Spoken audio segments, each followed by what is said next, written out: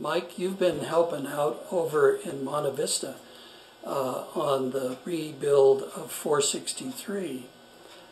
Tell us a little bit about your work schedule. When do you come? What do you do over there? I usually work on the weekends, Friday through Sunday. I drive down Friday morning early and then leave Sunday after I get done in the afternoon. And I work probably 8-10 hour days when I'm there. So, are you by yourself? Sometimes I am, sometimes I'm not. Usually there's somebody there, but there's several times I'm there by myself. But there's enough work to be done that I can proceed pretty much on my own for certain things, and then if not, then I'll get some direction from Marty, and he can tell me what needs to be done in his absence. And Marty tells you, kind of, it gives you a list of what's next? Yes, kind of. Tell us where it is. It seemed like you mentioned something about driving boxes. Yeah, the driving boxes are being fitted to the axles at this time. If you go to the Friends website and go into the forum area, Tim Tennett's been posting actually some pictures and some information about the progress on a fairly regular basis, on about a weekly basis there.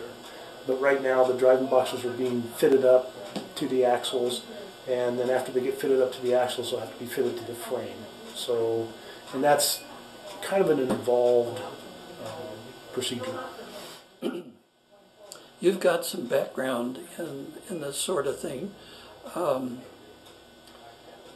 what I know, taking stuff apart is a kind of fun that you're now to the rebuild and put it back together. It's different. You can take anything apart and it's really quick, but when you put it back together, it takes time. And especially with Marty, the way he's putting the 463 back together, he's doing it right. Let's put it that way. So that includes maybe taking a little bit more time than just throwing it together.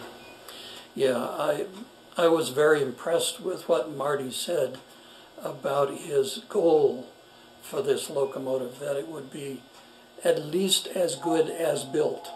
Like the frame is really square and level and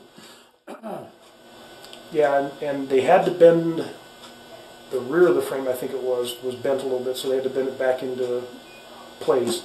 I know he's gotten a few new pedestal binders for it, and I know that the driving boxes are all new, so that's real good, because the old ones were pretty much trashed. So it should run fairly well, if not excellently, when we're done.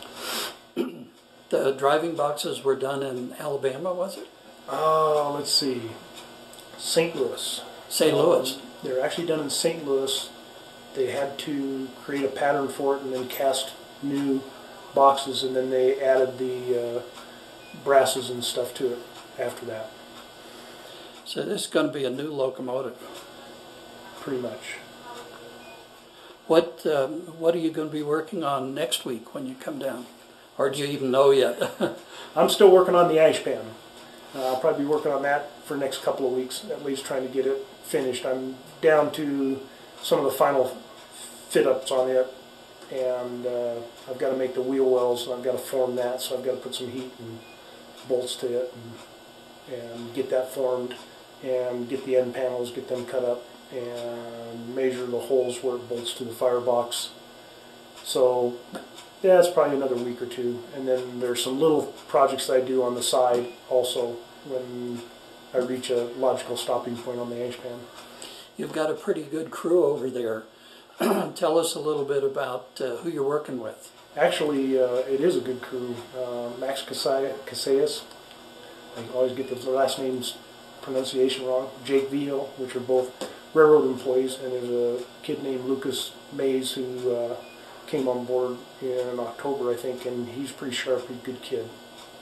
And then Marty comes in and smokes a big cigar and watches you guys work. Actually, Marty works. He comes in and he's pretty knowledgeable on what he's doing, and I've learned a lot from him. I take it that you're feeling pretty good about the work that you're doing over there. Yeah, it's been enjoyable. Great.